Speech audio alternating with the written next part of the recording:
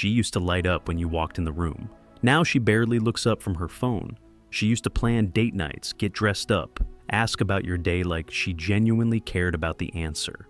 Now, it's like your roommates who occasionally share a bed. And the worst part? You can't figure out what you did wrong. You've been the perfect boyfriend, consistent, reliable, always there. You gave her exactly what she said she wanted: security, stability, someone she can count on. So, why does it feel like she's slowly checking out? Welcome to PsyCraft Daily, where we explore the hidden psychology behind human behavior and relationships. We're not here to play games or manipulate anyone. We're here to help you understand what's really happening beneath the surface, so you can build genuine, lasting connections. Here's what nobody wants to tell you. The moment a woman feels completely safe with you, something shifts. Not because she's ungrateful or manipulative or playing games, but because of how human psychology actually works. And if you don't understand this dynamic, you'll keep wondering why your relationships start passionate and end beige. Let me show you exactly what's happening and what to do about it. The safety paradox.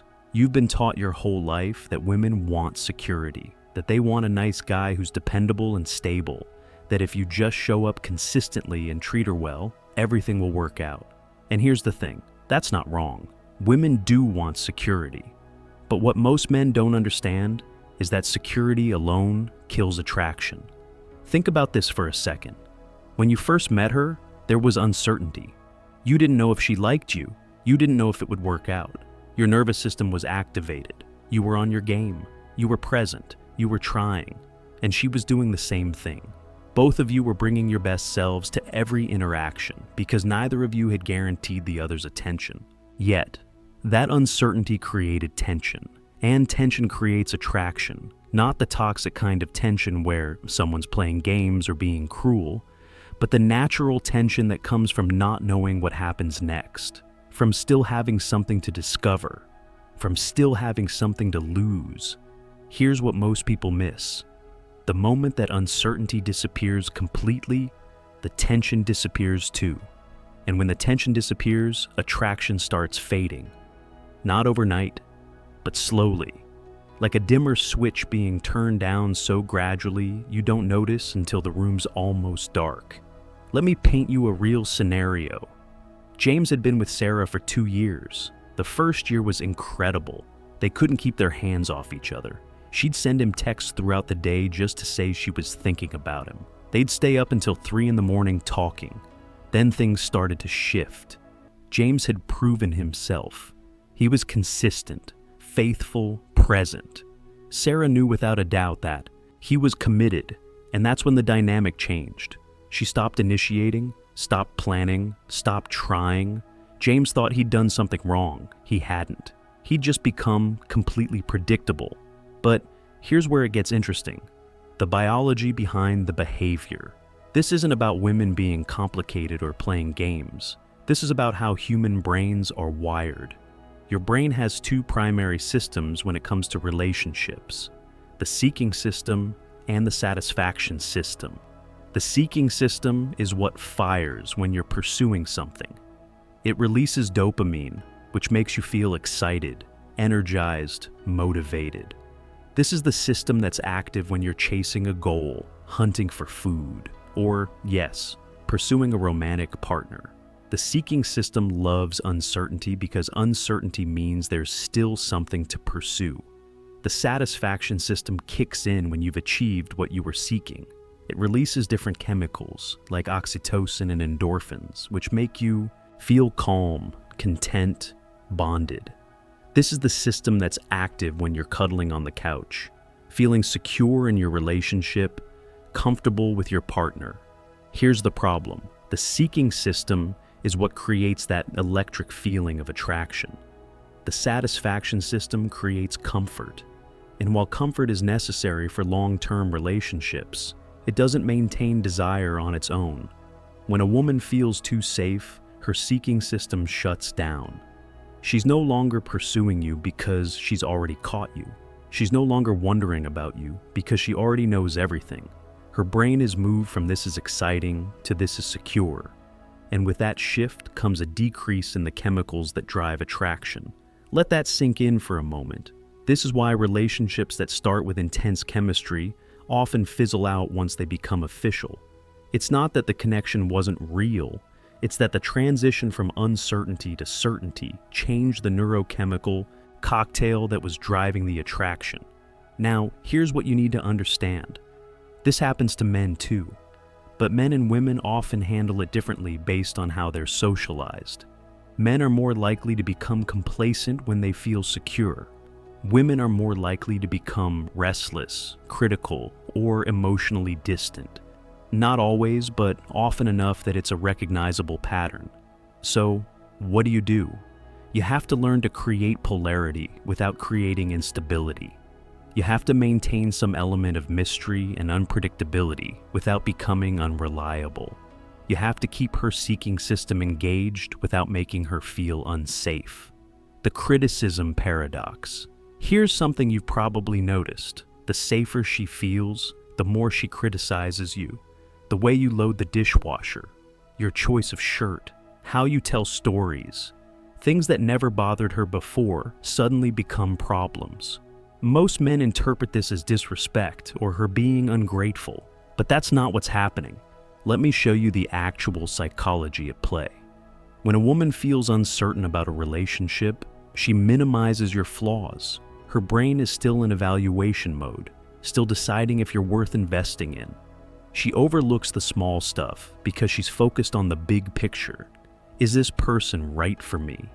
But once she feels secure, once she's decided you're not going anywhere, her brain shifts into optimization mode. Now, she's not evaluating whether you're good enough. She's trying to make you better. And this comes out as criticism, nitpicking, trying to change you. Think about this. It's actually a sign that she's invested. She wouldn't bother trying to improve you if she didn't see a future with you. But here's the trap. If you respond to this criticism by becoming even more agreeable, even more accommodating, even more desperate to please her, you're making the problem worse. Why? Because you're proving that you're moldable. You're showing that her opinion of you matters more than your opinion of yourself. And that kills attraction faster than almost anything else. Real scenario. Marcus noticed that his girlfriend Emma started commenting on everything. His friends were too loud. His hobbies were childish. His career ambitions weren't ambitious enough. Marcus, wanting to be a good partner, started changing. He saw his friends less. He gave up his weekend basketball games. He started talking about promotions he didn't even want. And Emma, she became more critical, not less. Because every change he made proved that he didn't have a solid sense of self. He was whatever she wanted him to be, and that's not attractive. But here's where it gets interesting. The criticism isn't really about the dishwasher or the shirt or the story. It's a test, not a conscious manipulative test, but an unconscious test of whether you'll hold your frame or collapse under pressure. Whether you have a strong enough sense of self to maintain your boundaries. Whether you're the kind of person who can be pushed around or someone who knows his own worth. When you respond to every criticism by immediately changing, you're failing that test. Not because you're being considerate, but because you're showing that you don't have a core that you're unwilling to compromise. So, what do? You listen to feedback that's reasonable and discard feedback that's not. You maintain your boundaries while staying open to growth. You show that you value her opinion without being ruled by it. You say things like, "I hear you, but I actually like the way I do this," or "That's an interesting perspective, but I'm comfortable with my choice," not with defensiveness or ego, but with quiet confidence. The effort equation. Here's something that'll mess with your head. When you first started dating, you put in effort and she appreciated it. Now you put in the same effort and she barely notices. Or worse, she seems annoyed by it. What changed? The answer is contrast. Effort only registers as effort when it's compared to something else. In the beginning, there was a contrast between this guy I'm getting to know and this guy I'm in a relationship with. Your effort stood out because you were proving something. You were earning her attention and affection. But once the relationship is established, that contrast disappears. The effort you put in becomes the baseline expectation. It's not special anymore because it's consistent. And this is where men make a critical mistake. They either maintain the same level of effort and wonder why it doesn't work anymore, or they decrease their effort and wonder why she pulls away. Let me show you how this actually works. It's not about doing more. It's about creating variation. A predictable pattern, no matter how positive, becomes invisible. Your brain stops registering it because there's no new information. Think about when you first move into a house near train tracks. For the first week, every train wakes you up. By month 2, you sleep right through them. Your brain has categorized the sound as known and not threatening, so it stops alerting you to it. The same thing happens with relationship behaviors. If you text her good morning every single day at 7:30, she stops noticing. Not because she's ungrateful, but because her brain has classified it as part of the environmental background. But if you text her good morning most days, and then one day you send her a voice note instead, or you wait until noon and send her something that shows you were thinking about her, suddenly it registers again. Here's a real scenario. David took his girlfriend out to dinner every Friday. Same restaurant, same routine. It was their thing. After 6 months, she stopped getting excited about it. David thought she didn't appreciate him anymore. But the issue wasn't the gesture itself. It was the absolute predictability of it. When he started varying the pattern, sometimes suggesting a cooking class instead, sometimes surprising her with a picnic, sometimes keeping their Friday tradition but choosing different places, her enthusiasm came back. Not because he was doing more, but because he was creating contrast again. But here's what most people miss. This isn't about playing games or withholding to create artificial scarcity. It's about understanding that the human brain is wired to notice change and novelty, not consistency. Consistency creates security. Novelty creates excitement. You need both. So, what do? Stop being robotically consistent. Introduce variation in how you show up. Not in whether you show up, that should remain reliable, but in how. Sometimes be the planner, sometimes let things unfold spontaneously. Sometimes be the pursuer, sometimes let her come to you. Create a pattern that's overall consistent but specifically varied. The challenge deficit. When a woman feels too safe, she stops feeling challenged, and humans need challenge to stay engaged. This is true in every area of life. The moment something becomes too easy, we lose interest. Not because we're ungrateful, but because our brains are designed to seek growth, novelty, and stimulation. In the beginning of a relationship, you challenged her simply by being unknown. She had to figure you out. She had to win you over. She had to be her best self to keep your attention. But once you've made it completely clear that you're not going anywhere no matter what, that challenge disappears. Here's the thing that men misunderstand. When relationship advice says be supportive, they interpret that as agree with everything and never push back. But that's not support. That's enabling. Real support includes challenging someone to be their best self. Think about this. Would you respect a mentor who agreed with everything you said and never pushed you to grow? Would you stay motivated in a job where no one expected anything from you? Would you keep playing a game that you won every single time with zero effort? The answer is no, and relationships work the same way. Let me show you what this looks like in practice. Emma and Jake had been together for a year. In the beginning, Jake would call Emma out when she was being unfair or making excuses. Not harshly, but directly. That's not true, and you know it, or come on, you're better than this excuse. Emma found it refreshing because most guys just agreed with whatever she said. But over time, Jake got softer. He stopped challenging her because he didn't want conflict. He agreed with everything. He validated every feeling. He never pushed back. And Emma started losing respect for him, not consciously. But she could feel that he didn't have enough respect for himself to disagree with her. But here's where it gets interesting. The challenge can't be adversarial. You're not trying to create conflict for conflict's sake. You're trying to create growth. There's a massive difference between challenging someone and being combative. Challenging someone is saying, I think you're capable of more than this. Being combative is saying, you're wrong and I'm right. One creates respect and attraction. The other creates resentment and distance. Real scenario. Lisa told her boyfriend Chris that she was thinking about quitting her job because her boss was difficult.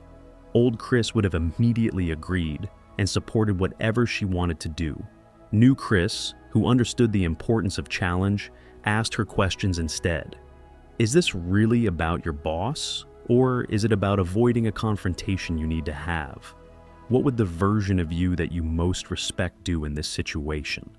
He wasn't dismissing her feelings. He was challenging her to think deeper. And Lisa's response? She felt more attracted to him than she had in months. So what do?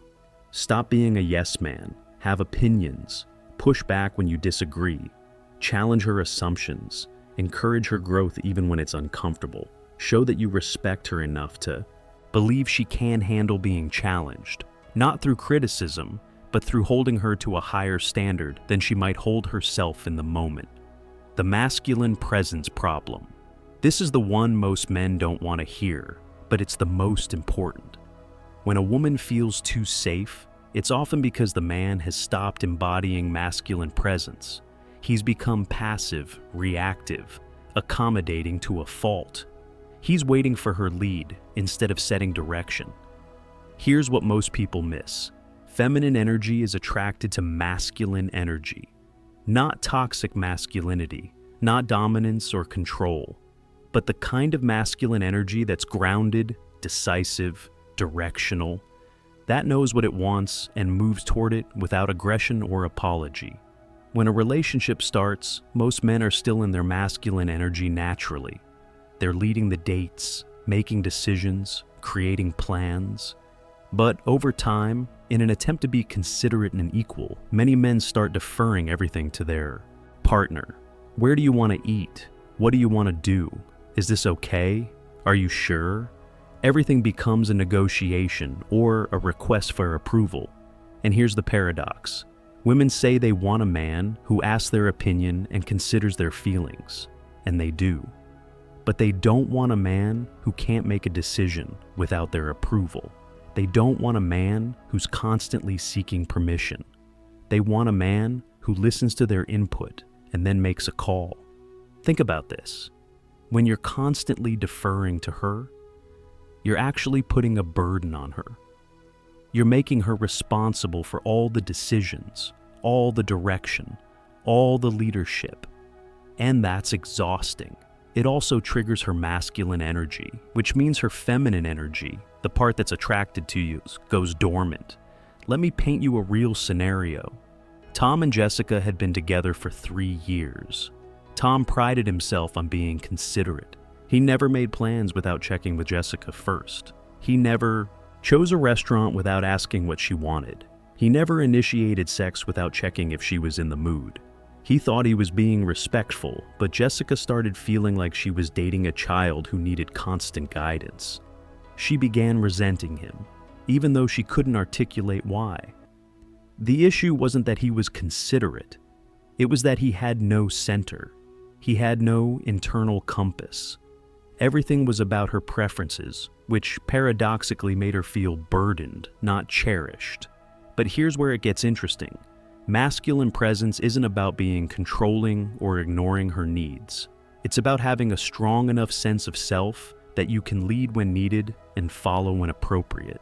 But you're never just drifting. You have direction, you have purpose, you have preferences, and you can hold those while also making space for hers. When you have real masculine presence, a woman can relax into her feminine. She doesn't have to be in charge of everything. She doesn't have to test you to see if you'll hold your ground. She can trust that you've got things handled. So, what do? Start making decisions. Not unilaterally, but confidently. Instead of, where do you want to eat? Try, I'm thinking Italian, but I'm open to other suggestions if you have a strong preference. Instead of waiting for her to initiate everything, initiate. Instead of asking if something's okay, do it, and course correct if needed.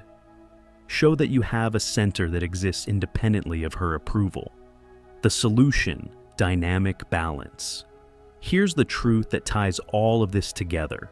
Attraction dies in stagnant relationships.